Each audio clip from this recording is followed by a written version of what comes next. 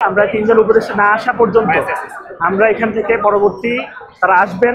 আমার নিরীহ ছাত্রদের উপর কেন আঘাত করা হয়েছে, উল্টা তাদের নিয়োজিত পুলিশ বাহিনী তারা ন্যাক্কারজনকভাবে আমাদেরকে তো হামলা করছেই, সাথে আমাদের কাছে অস্ত্র ছিল। এই বিবৃতি তারা প্রথম আলো সহ বিভিন্ন মিডিয়া দিয়েছে। আমরা এর জবাবও চাই। দরকার হলে যে ভিডিও ফুটেজ আছে সেটা অ্যানালাইসিস করা হোক। আমরা এর পাশাপাশি বলছি যে তিনজন উপদেষ্টা অবশ্যই আসতে হবে। বুয়েট প্রশাসনের প্রতি আমরা ধিক্কার জানাইছি, তারা এখন পর্যন্ত কোনো রেসপন্স জানান নেই। আমাদের মোটা থেকে এই কয়টা ব্যাপার আমরা বলেছি। 8 সদস্যের যে কমিটি গঠন করা হয়েছে এটার কোনো উপযুক্ততা নেই।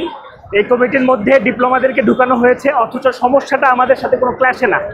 আমাদের দীর্ঘদিনের আন্দোলনে আমরা বলছি যে 6 মাস ধরে আমরা আন্দোলন করছি প্রকৌশল খাতের সংস্কারের জন্য। বারবার আমরা বলেছি প্রকৌশল খাতের সংস্কারের জন্য, কিন্তু এই কমিটিতে কিভাবে বিএসসি এবং ডিপ্লোমাদেরকে একত্রিত করা হয়েছে এবং বলা হয়েছে বোথের দাবি পালন করা হবে, আমাদের বোধগম্য নয়। আমরা এটা মনে করছি সরকারের ডিপ্লোমার প্রতি বিশেষ প্রেম রয়েছে, এই প্রেম ভাঙতে হবে।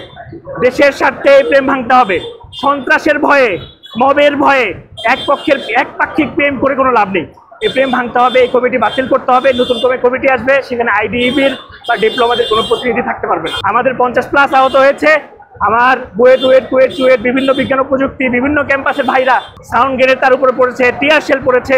একজনের সাউন্ড গ্রেনেডের পরে যে স্প্লিন্টার আছে সেটাও পেটে ঢুকেছে, সেটা ইমিডিয়েট অপারেশনও করতে হবে। এখনো কেন বোধগম্য হচ্ছে না আমাদের সরকারের, আমরা কিছু বুঝছি না।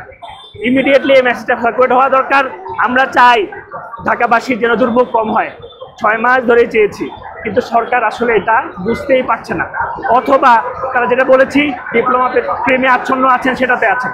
ধন্যবাদ।